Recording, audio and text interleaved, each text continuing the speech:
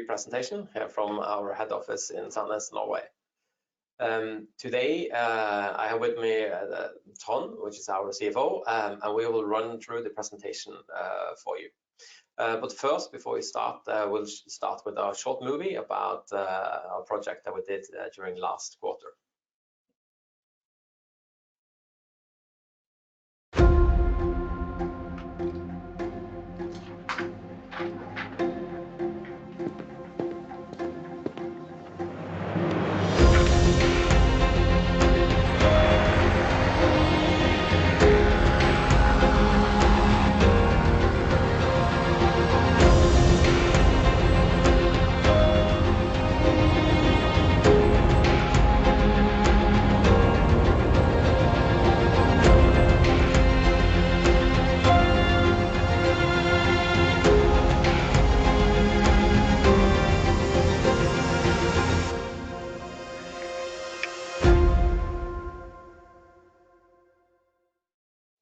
Talk a bit more about the content of the movie later in the presentation. So I'll start with highlights of the quarter first of all. Okay, so looking at the Q3 quarter, it's been a very busy quarter for us. So we have increased in our revenue of more than 100%, up to 5.5 million euros in the quarter, compared to, so the increase is compared to the same quarter last year. Year to date, we are now at the revenue that is giving us 91% increase. And on the order side, our backlog is still strong.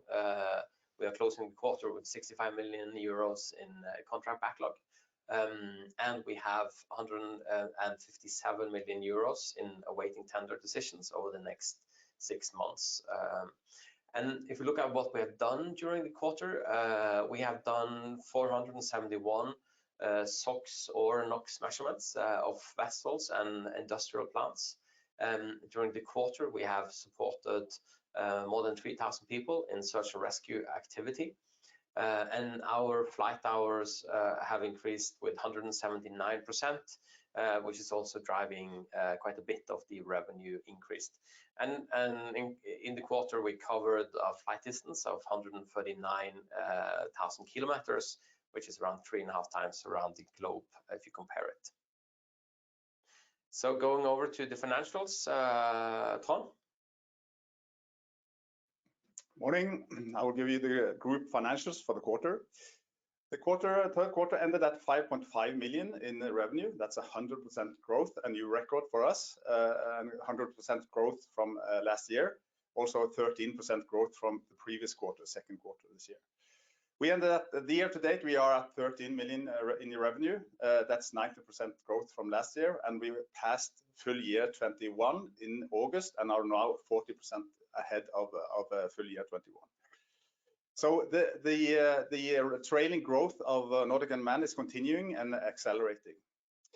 More important this quarter was the big step towards profitability for us. With a much larger structure, we performed a better EBITDA margin than last year. And if more relevant to compare with the previous quarter, the second quarter, so with the same balance sheet, the same assets, the same organization and salary costs, we were able to improve EBITDA with 1.8 million and net losses with 1.4 million. That's the scalability in the Nordic Unmanned platform. So the business units in aggregate are close to a break-even EBITDA level. And in addition, we saw a reduction in overhead cost last quarter of 0.6 million euros. So we are now more on a normalized level of between 1 and 1.2 million quarterly overhead cost. In the third quarter, we concluded a cost-saving program that will have an annual effect of 2 million euros. We will start to see the effects in the fourth quarter and with full effect from first quarter 2023.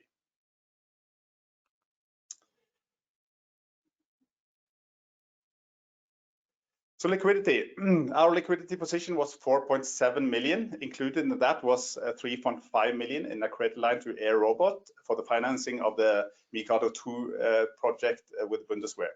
Nordic Unmanned will partly use this credit to refund the financing of the project, which we have done from May until now. It was a very busy quarter, high activity, and we are doing the flights and take the cost ahead of the payments. And towards our biggest client in third quarter, EMSA, we had receivables of 3 million euros that are now received. We are also looking at a potential adjustment of the drone fleet composition and also looking at the financial structure that may give us a positive liquidity effect. Finally, we have a solid balance sheet with a 50% equity ratio.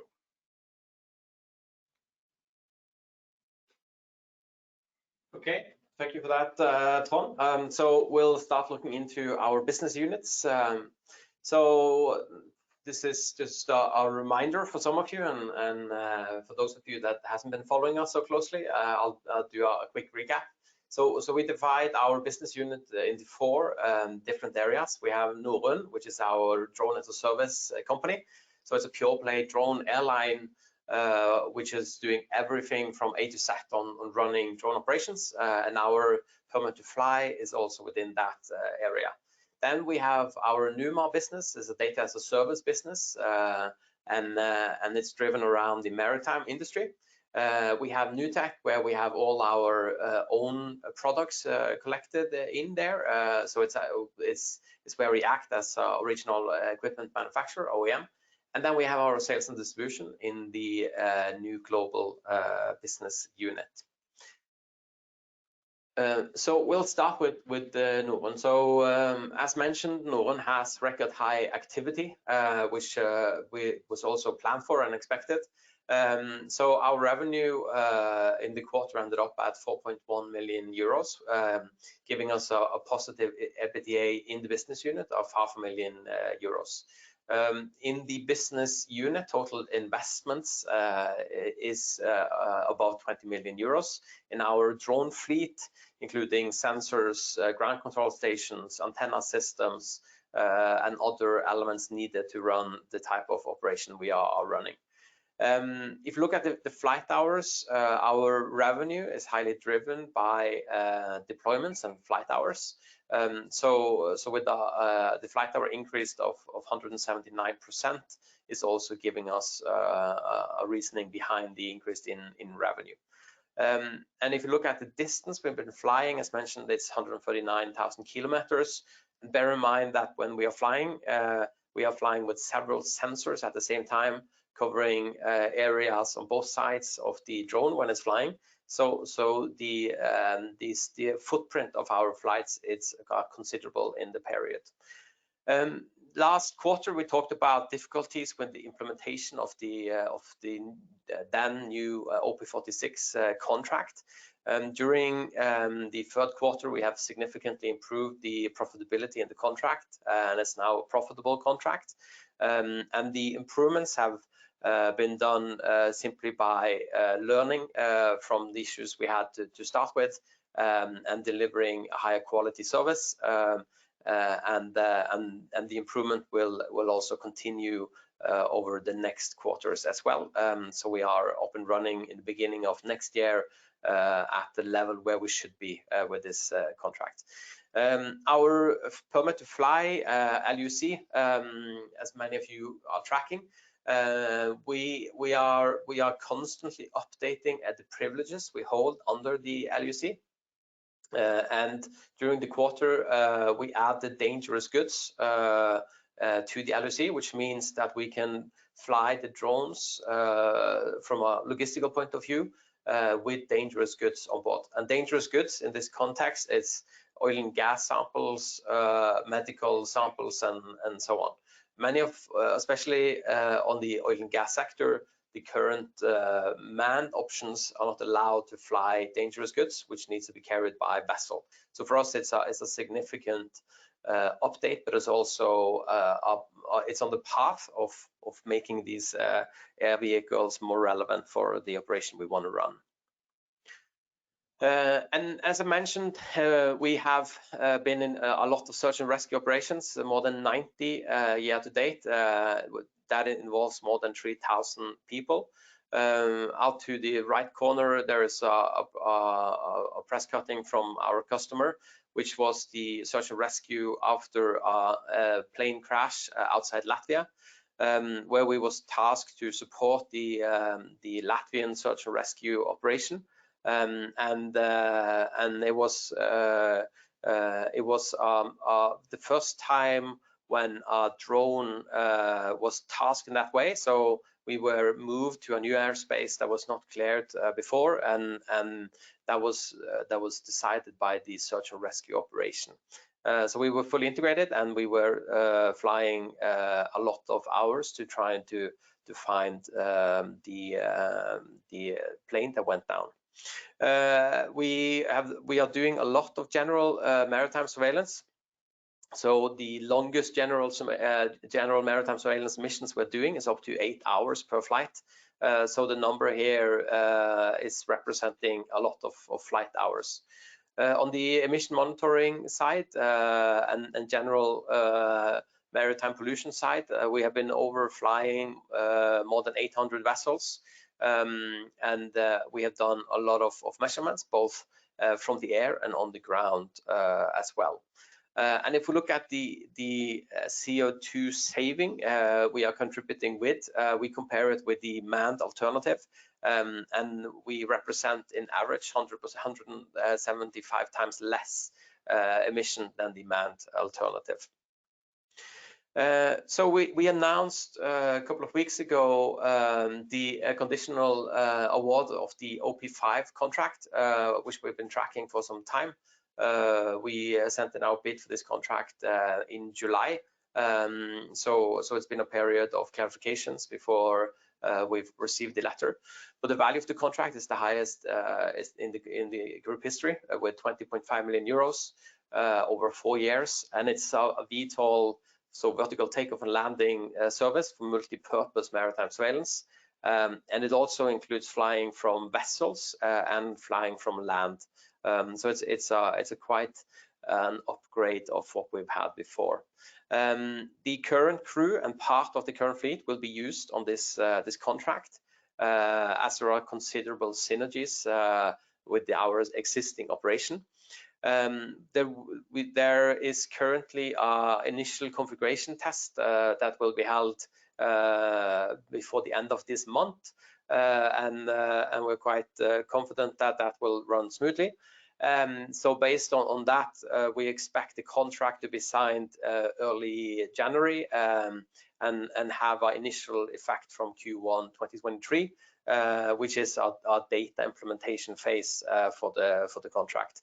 The full utilization of the contract we don't expect before 2024, so it allows us to scale further on the OP46 contract before we start the operation on this contract. So for our NUTech business, products are not getting ready for market. We had a 0.6 million euro revenue in the quarter, and the main milestones we're talking about here, it's the Mikado contract. So we are progressing according to plan on that. Also, we are seeing increased development in maintenance and repair for the old Mikado fleet, meaning that there is increased activity from our customer in using those old assets that we didn't think that will be maintained in that high manner it does now. We have installed our first 2 drone-in-box systems in the port of Antwerp according to the contract. Next 4 will be installed soon. And the Stalker logistical drone completed its offshore qualification test, and you can see the image from that on the right hand side here. And as we described earlier, this was an operation for Equinor, and we ended up flying between 3 platforms in the North Sea, the Gullfaks A, B, and C platform, and the standby vessel, fully autonomous and fully integrated into the aviation helicopter operations in the area, so scheduled flights. and it proved the robustness of the platform, the robustness of our operation, and also operating in the harsh environment of the North Sea. It's very important for us, as we believe very much in logistical operations in those areas. It also proved quite a bit when it comes to the business case of doing this. So what is the business case of replacing vessels, replacing current operations, and how could you quantify that during the period? So we did delivery of live objects that was needed in the operation while we were deployed out in the North Sea. On the NUMAR side, we are continuing with growing the business. It's our newest business unit, and we have taken major steps in taking the strategy of this area into a more commercial phase. So the image you see is from emission monitoring demonstration that was on board a container vessel outside California during the quarter. NUAR achieved a commercial breakthrough for integrating the emission monitoring sensor into the camcopter system, which is important both for us internally but also for external customer, which is the case here. Our epoxy business delivered steady growth and solid margins in the third quarter, and that's driven by the maritime industry's interest of understanding and proving the level of NOx emissions they are having. And we also saw that the Norwegian funding, so there's a NOx fund in Norway, has prolonged its activity, which means that the funding available for these activities is now prolonged for five years. And interestingly enough, we are achieving some synergies that we hope to achieve when we did the acquisition of epoxy, when we performed parallel NOx measurements on a gas turbine plant. So basically both doing measurements in the air and doing measurements on the ground at the same time to understand the difference between the two, and build further on the business case. When would you do a air-based measurement, or when would you do a ground-based measurement? So on the NUGlobal side, we had a revenue of 0.3 million euros. We were not satisfied with the revenue in this business unit for the quarter. We had much higher expectations, as we have communicated before. And the negative EBITDA is driven by the cost of doing business development in this area. We did establish office in the US during the quarter. It's in Baltimore, Maryland, and we are actually seeing good traction after the establishment from relevant big potential customers in the US market, both reaching out to us and also our existing leads that are excited about the opportunities we see in the US. We also started the establishment of the distributor network, both in the US, in Canada, Australia, New Zealand, Indonesia, and Japan for the quarter. But the revenue in the quarter was mainly related to sales of small drones to law enforcement agencies in Norway and Sweden. But there is some very strong tender activity related to drone systems within this area that we will come back to when we talk about a bit of the outlook. What also has happened, as we have all been exposed through the media, is a big change in the way many of our customers are looking at their vulnerability for drones that are flying without permit, without any planned flights, and with hostile intents. So based on that, we have increased our focus towards a new segment, which is counter drone.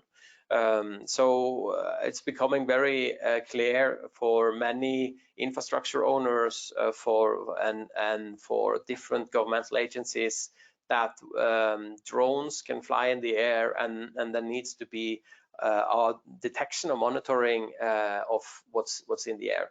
So what you see here is it's basically a counter drone system that was installed on our office that gave us a full understanding of anything that was flying 10 kilometers around the city center of Sandnes, which means including the airport at Sola, including the head office of Equinor, including the NATO training center. All of that was within what we could detect. And these are the types of systems that we believe and strongly recommend that many needs to invest in. You need to understand what's flying up in the air. Actually, we have been working in this market for some time, both Drone Matrix out of Belgium and Nordic Unmanned, but we haven't considered the market to be very big. It's been a niche market up until now. So we have several commercial proposals that is out there, but at the same time, these customers needs to also build their strategy of what type of systems, how to handle this, and so on. So is it sales of systems, or is it a service? It could be both. Let's see. And we also hosted a counter drone seminar at our headquarters together with some partners to give more information to the relevant potential customers and users and authorities within the energy sector in Norway.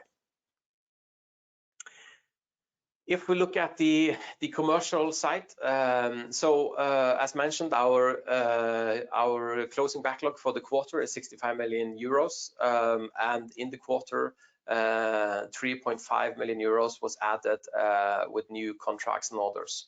That means that the reduction in the quarter was 2 million euros. If you look at the composition of the backlog, we have the highest backlog for 2023. That is now expected to be representing 25.7 million euros. And it's very important to understand that the OP5 contract is not included in the backlog that we're talking about. It will be included once the contract has been signed.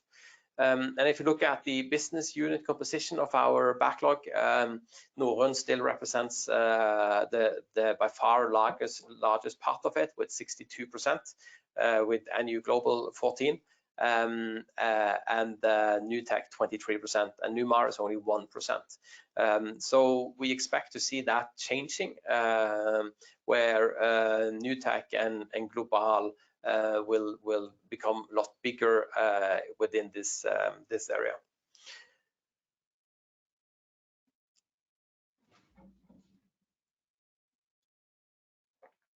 So if you look at the potential awards in the near future, so this late winter and the start of the war in Ukraine, we saw a big shift in interest and demand. We did think that that interest and shift in demand would quicker will lead to POs and real sales. But we have been somewhat disappointed about the speed that decisions have been taken in, and the sense of urgency that decision makers and politicians are actually looking at. But we are seeing some changes in that now. So we have for maritime surveillance, we have several opportunities that we are waiting potential awards for, which is obviously a market where we have a strong footprint today and strong experience. Within the offshore energy, we have a focus on offshore energy and especially logistical concepts within that area. We are working on several tenders for this and are awaiting some news there as well, hopefully. Some good news, hopefully. And obviously, what we have done for Equinor is a showcase for us as a technology provider, is a showcase for us as a drone operator, and it's also a showcase of the maturity of our industry and how disruptive the introduction and use of this technology is for these large energy majors. So we are continuing to working hard in that field. On the urgent request for drones, there is and there has been urgent request for drones for quite some months now, and it's been a challenging process because we have been offering and bidding on urgent requests that then have been sent back and decision has not been made, and budget was not available, or priority has shifted. But we are now seeing a different approach with a bit more formality and a bit more transparency for us as a supplier. So we have on this one, this represents in our short-term potential decisions, the urgent request for drones represents a total of more than 100 million euros.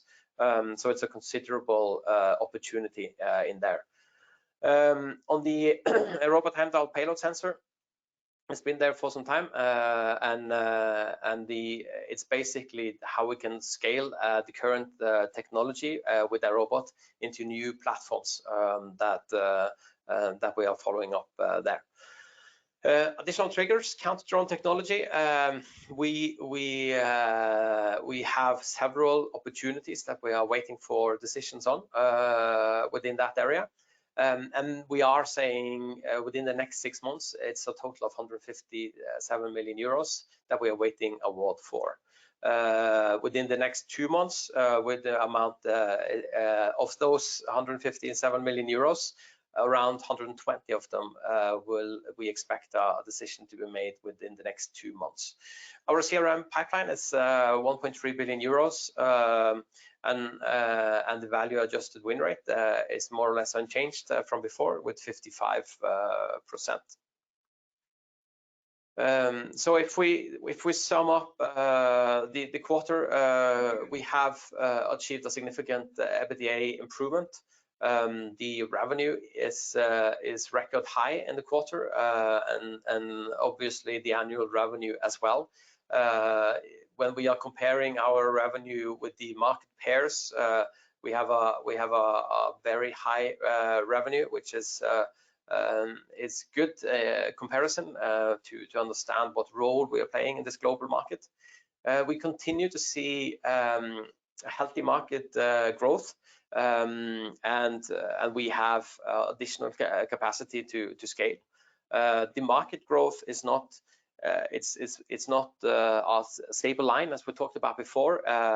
It's a brutal increase sometimes, and sometimes opportunities take longer time. So but it is a high level, a healthy market growth. We are in a phase where our product lines are becoming more and more mature, those that are under development, and they are becoming commercial products. And as I said, the tender decision potential is 157 million euros. If you look at the outlook, many of you are asking about our outlook, and we are focusing in this quarter on our 2023 outlook in growth and profitability. So on the growth side, we are simply saying we are starting at 25.7 million euros. That's our backlog, and there are additional awards expected, and the OP5 contract is not included. So we are more giving a guiding based on where we are and where the current opportunity could take us. On the profitability, based on the current outlook, we do expect to be profitable and cash positive from operations in 2023. That's a very clear message to all of you. So it's obviously we did not at all like the numbers we saw back in Q2. We are very satisfied to see the improvements we have done over to Q3, but going into 2023, we do expect to be profitable and cash positive from operations. Okay, so I guess that was the presentation part. So we'll go over to the Q&A session here.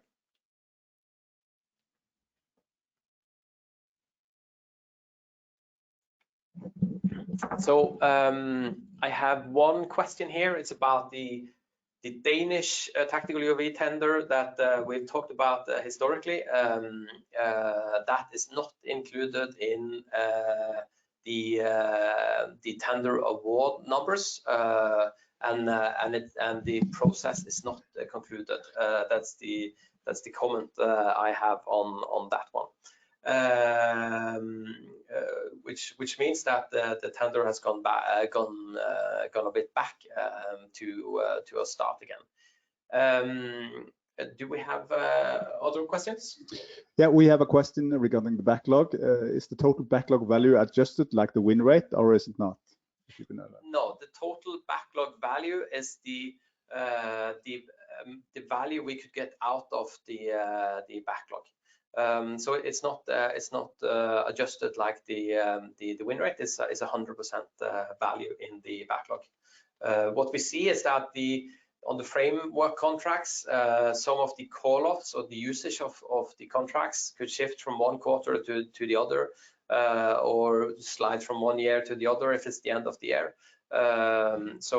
But we are each quarter updating and adjusting the usage of the backlog based on what we expect. Another question, you mentioned 120 million euro decisions next 2 months. Does that mean that you expect a win rate of 53 or 55%, the value adjusted win rate? Yeah, so the mathematics would be great to apply. Obviously, it's some huge numbers. So there are several opportunities within that area, and our historic win rate is based on several principles. It's based on an assessment of what we believe we can win or not, what we believe we can deliver on within the customer timeline or not, and also how well positioned we would be for a potential bid. So we would not bid if we didn't believe that we could win. That is for sure. But what the probability of winning is, it's normally driven by having more information than what we have at this point. But we would not bid if we didn't believe we had a fair opportunity to win. Yeah, we have a similar question. The potential 157 million euros revenue from tenders, is that expected share you're expecting? Is that the expected share you are expecting, or is it the full value of the tenders? If so, what's your expectation on success? Yeah, so that is the full value of the tenders we are bidding on, that number. So and our win rate is value adjusted. So winning or losing those big ones is changing the win rate more than smaller tenders. But we tend to focus on the big tenders and not the small ones.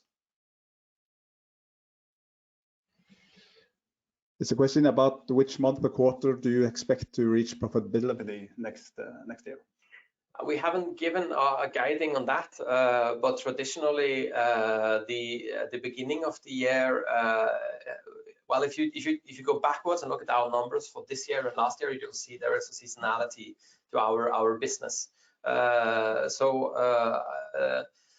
Normally we will have on the operational side a slow start of the year, and then it ramps up from March on.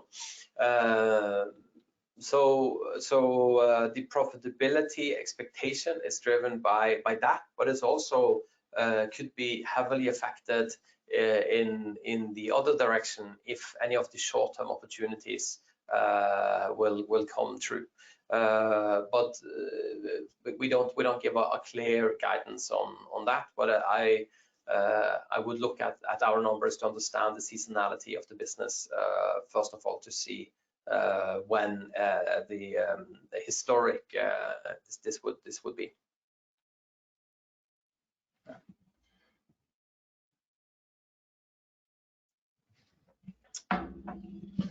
Okay, do we have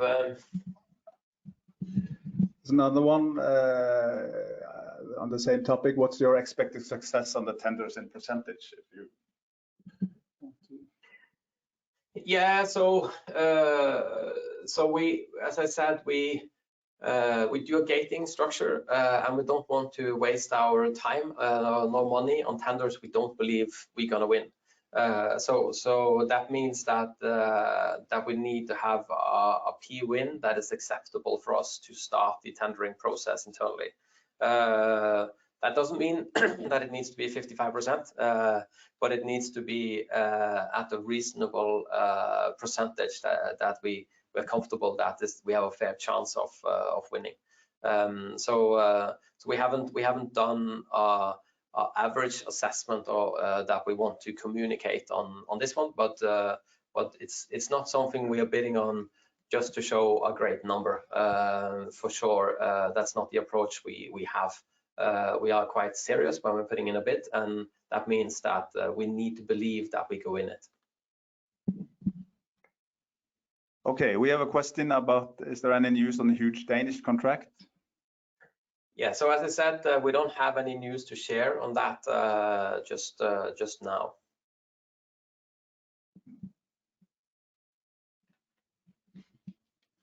Okay, so as we have said before, if you have more questions, please forward it to ir@nordicunmanned.com, and we will answer best as we can. And we're very grateful for all of you following live on this presentation, but the presentation will also be shared on our NordicUnmanned.com pages as well. So thanks a lot for listening, and have a great day.